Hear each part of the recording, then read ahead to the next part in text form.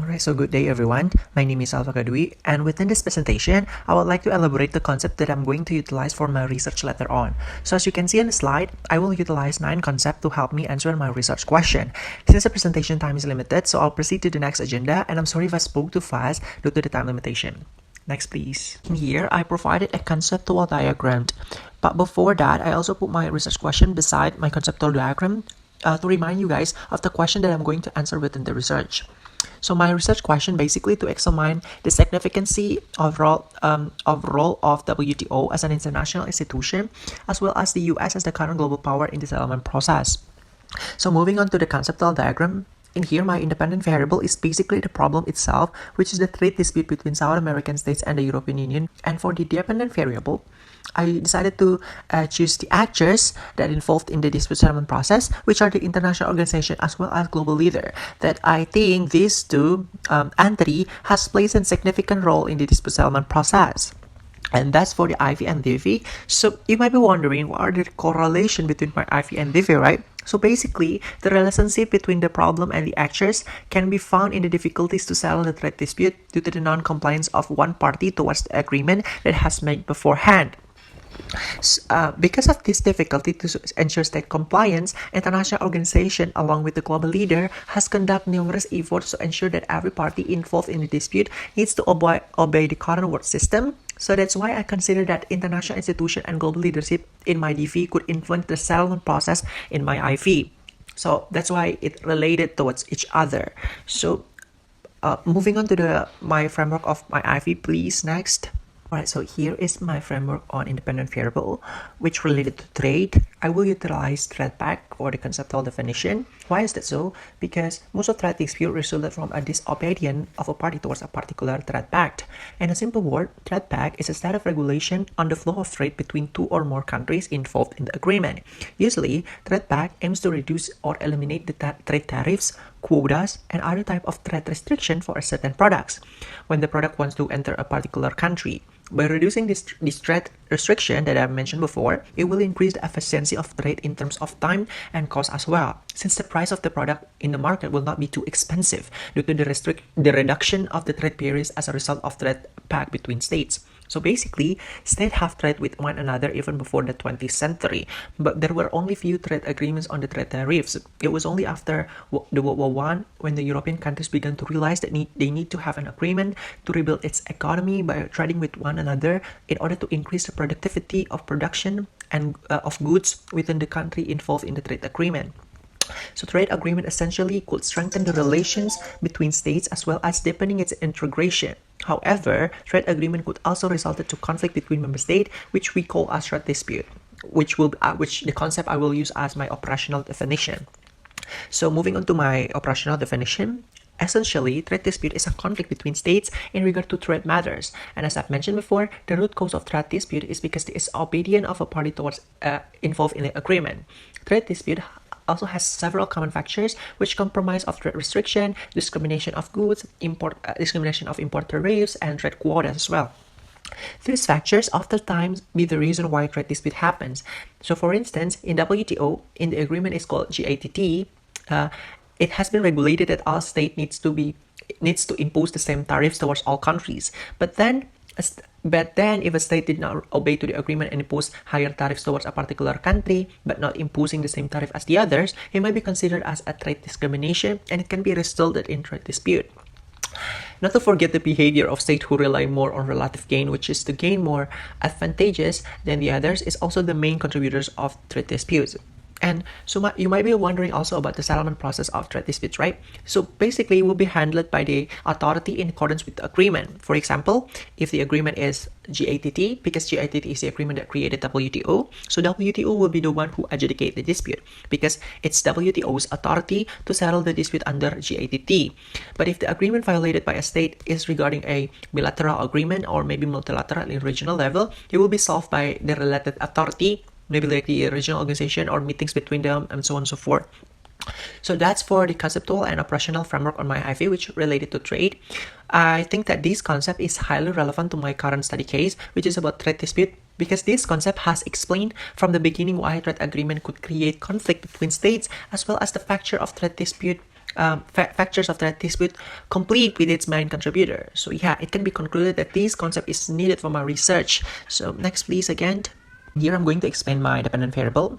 But since I've shown you before that my dependent variable is international organization and global leadership, so I will have two framework on each of my DV. But in this part, I'm going to elaborate the first DV first, which would be the international organization. In here, for the conceptual definition, I use liberalism theory, which one of the most popular school of thought in international relations, who tend to be more optimistic in perceiving states' behavior. Liberalism believes that states conduct cooperation to achieve collective interests. Liberalism also endorses the idea of international organization because liberals believe that it could act as a platform to solve dispute in a peaceful manner. Furthermore, liberals also believe that international trade could prevent conflict between states because trade could create dependencies among states, and when they're trading with one another, it will be less likely to create conflict since they are in a cooperation. John Locke, who founded the theory in 17th century, emphasized that on the importance of internationally accepted regulation to ensure that state would not be too aggressive in the process of obtaining its national interest in the anarchic world system. So basically, John Locke and other liberals also believe that there should be an international accepted regulation to constrain state behavior. And undeniably, in this present generation, we live in the world where we are surrounded by liberal instruments such as international institution, international law, and many more, which are the main idea of liberal that was established after the Second World War. That's about the liberalism. Now I'm going to explain about the operational definition, which I will utilize a more specific form of liberal, which is the neoliberal institutionalism. Neoliberal institutionalism itself against the concept of relative gain. Instead, the theory endorses the idea of absolute gain and encourage states to cooperate with one another by considering the absolute gain from an international agreement, which benefits all of the parties involved in the agreement without looking at the number of outcomes that each of the state gain. So basically, neoliberal institutionalism believes that international cooperation could benefit all of the parties involved, but as long as they are benefited by it, they don't need to look at the outcome, the number of the outcome of each of the state outcome. There will be no jealousy towards each of them as long as they are benefited by it. There will be no conflict. Contrarily, neoliberal institutionalism also against the idea of relative gain. Why is that so? Because neoliberal institutionalism perceives that relative gain concept can be destructive for the economy, since if states rely on relative gain, they will be more likely to have policy that tends to be based on protectionism and nationalism. Furthermore, neoliberal institutionalism believes the international institution itself was created as an attempt of state to ensure the uncertainties in the world of anarchy where there is no world government. And the theory also underlines that even in the system of anarchy, states still could cooperate with one another to obtain collective interest by building international institutions, mutual trust, universal norms, and so on and so forth. So basically, neoliberal institutionalism is more optimistic in, anarchic system of world.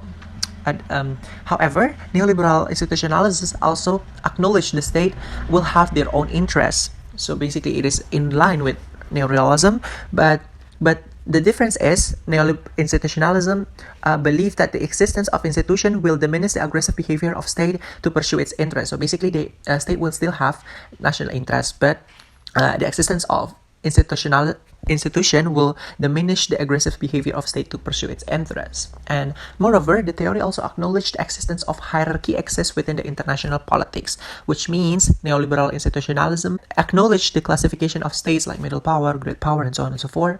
And this theory also goes further and consider that the classification of state based on hierarchical power level is beneficial because it could be used as an effective instrument of policy. So, for instance, the great power could help the process to solve a conflict or a global issue, which could be an effective instrument of policy, which in accordance with what neoliberal institutionalists said before.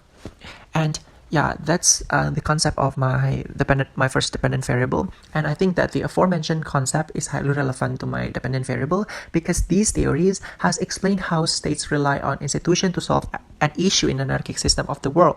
And these theories also explain that even though state has their own interests, but the presence of institution has diminished their aggressive behavior to obtain its interests. Not only that, this theory also explained the classification of state based on power hierarchical level and believe that hierarchical level could be utilized as an effective instrument of policy, which is very relevant to our current study case because you know that these threat disputes really rely on international institution, which is the WTO, to solve the dispute, and also US as great power involved in the settlement process to help the international institution to settle the dispute itself. So next, going on to my second VV. Here's my second DV, and for the conceptual definition, here I use the great power concept, which is an idea that a state who has tremendous ability in several sectors such as technology, economy, military, as well as soft power resources to influence other state can be considered as great power. And because of great power capability in many sectors, the great power's policy usually could influence other state to consider the great power stances before taking its own stance or decision. So basically, it can be said that great power is highly influential in international community because it could constrain other states' behavior. And in every era, there must be a great power, and the status of a state as a great power usually came from the result of the war. And not only that, the acknowledgement of state as great power comes with great responsibilities as well, because state that is considered as great power will be expected by the international community to lead the settlement process or to solve a global issue. But despite these responsibilities, great power also enjoys several special rights from international institutions. For instance, like the veto power in United Nations Security Council, and also the voting system in International Monetary Fund, and so on and so forth. And yeah, that's enough about the great power. And undeniably, in the current generation, it's United States as a current global great power right now. And next, I'm going to explain the operational definition on my second DV, which I will utilize here for an interventionism as my operational definition. So interventionism itself opposes the idea of isolationism, where a state chooses to handle its domestic issue only and isolate themselves by refusing to engage with other issue that is happening outside of their territory. In the past, US before the First World War was holding the principle of isolationism, but after got approached by the Allies in the World War, ultimately US drove from isolationism to interventionism. So if you're wondering what exactly interventionism is, it is simply a set of actions taken by states to be involved in something that is not directly under its control. In its process, it oftentimes utilizes the state's instrument of power to constrain other states or to influence the other states to follow what the state wants. The concept of interventionism also explains several factors why a state wants to interfere a case, which are, here you can see on the slide. The first one is, of course, national interest, and the second one is humanitarian reasons. Like, when there's a human rights violation and such, there must be plenty of state who intervene the case. And the third one is just want to prove its leadership by trying to solve the case. And last but not least, we got helping its allies that involved in the dispute. So these four are the main reason why a state want to intervene towards a case. So that's the end of my concept on my second DV. I decided to choose this concept because this concept is highly relatable to my current study case, because it could explain US as great power who might feel like they have responsibility to settle the dispute by intervening the dispute itself. Therefore, I highly believe that these concepts are highly relevant to this current study case, because US here as a great power who intervene the dispute because they feel like they have responsibility to do so, to solve the global issues, because the international community has acknowledged US as the great power that expected to lead to solve a conflict or a dispute. And next, please. Here I'm going to explain the concept on the relation of my FE and DV. And the first concept here is the concept of anarchy, and undeniably, as we know that our current world system is anarchy, which means that there is no higher entity than a sovereign state. And because there is no world government, it made hard to control state behavior, because even though there are numerous legally binding agreements, but sometimes states still decided not to comply with the agreement due to the anarchic world system. Moving on to the second concept, which is the concept of national interest. Essentially, national interest is what a state wants to achieve, and the state behavior as well as its foreign policy is mainly influenced by its national interest, because these are the efforts done by the state is one of the instruments to achieve its national interests. And the state will always justifying its action due to its national interests. And last but not least, the last concept would be global governance. Basically, global governance is an action taken by transnational actors to solve a conflict between two or more states. So basically, two or more states will voluntarily to solve the issue by utilizing several instruments such as multilateral meetings, negotiation, persuasion, and also international institutions. Usually, in its process, it always involves a great power to lead the resolution process. And usually, if there's a party who does not want to comply with the resolution, the state will give sanctions to them. However, it still could not guarantee a state to comply because there are still many cases where a state heavily influenced by its national interest who doesn't want to comply with any agreement that has been met beforehand. The reason why I decided to choose these three concepts because this concept has explained the reason why banana trade dispute took a very long time to be settled, which was because EU do not want to comply because it has its own national interest, and the anarchy war system makes it hard for EU to comply with the agreement. To ensure EU compliance towards the agreement, And global governance here also explain the reason why US involvement by imposing sanctions to EU to make EU comply with the agreement. Therefore, I think that these concepts are highly suitable for my topic. That will be very useful for my research later on as well.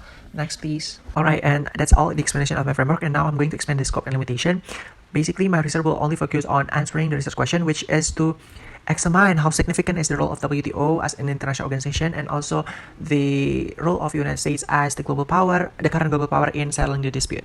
And you might be wondering, because this dispute is a very long dispute, even before the GATT transformed into WTO, this dispute has already exists. But why did I choose the time frame from 1990 to 2008 is because I think that 1990 was the first time US decided to intervene the dispute by giving trade sanctions to EU. That's why I choose 1990 as my starting point of analyzing. And the reason why I choose 2008 because it was the first time EU wants to be more cooperative and willing to terminate the long-term dispute. So basically, before 2008, EU do not want to comply with the agreement, and basically they don't want to comply with WTO. But 2008 was the first time EU wants to talk with US and also South American states and try to find a solution of this case. Therefore, I believe that 1990 until 2008 is the most relevant time frame that I'm going to use in my research later on. So that's about the scope and limitation. Thank you very much for your attention, and I will stop this presentation right here. I'm looking forward for any constructive comments and feedback.